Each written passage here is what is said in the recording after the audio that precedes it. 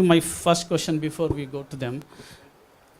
What you criticized your dad with so harsh words. What led to the deep divide? అంత అగాధం ఎందుకు ఏర్పడింది మీకు మీ నాన్నకి? ఇది పొలిటికల్లా, ఇట్స్ డీప్ పర్సనల్లా? Can you speak out your heart? First of all, it's unfair for the moderator to get the first question. But anyways, he's taken that advantage. I'm happy about it. ఒకటి, నేను మా నాన్నని criticise చేయలేదండి.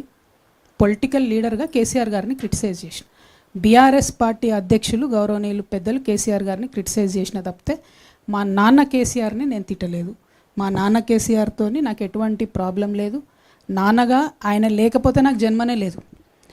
నేను ఒక హిందూ మహిళగా, రోజు పొద్దున్న లేస్తే పూజ మెడిటేషన్ చేసే మహిళగా చెప్పేటటువంటి ఫస్ట్ 5 పేర్లలో తల్లిదండ్రుల పేరు కూడా ఉంటుంది.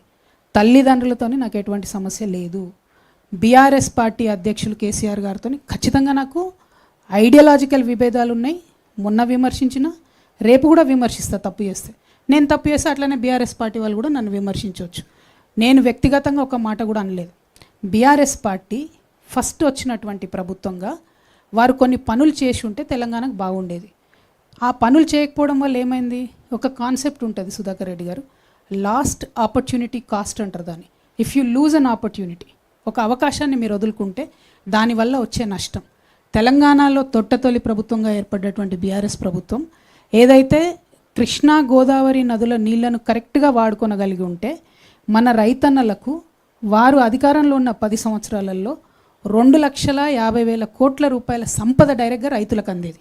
కృష్ణా నీళ్ళు వచ్చి ఉంటే మన పొలాలకు, గోదావరి నీళ్ళు వచ్చి ఉంటే 1,21,000 కోట్లు కేవలం ఈ 2 ప్రాజెక్టులకు పెట్టిండ్రు. ఏది? కాళేశ్వరం, అట్లానే పాలమూరు రంగారెడ్డి. 1,21,000 పెట్టి 2 ప్రాజెక్టులు కడితే ఇచ్చింది నీళ్ళు ఎన్నిటికీ అంటే 1,00,000 ఎకరాలకు ఇచ్చారు. నేను దాన్ని క్రిటిసైజ్ చేసిన, బీఆర్ఎస్ పార్టీ అధ్యక్షుడిగా ఖచ్చితంగా వారిని క్రిటిసైజ్ చేసిన, ఇవాళ చేసిన, రేపు కూడా చేస్తాను. ఎందుకంటే ఆ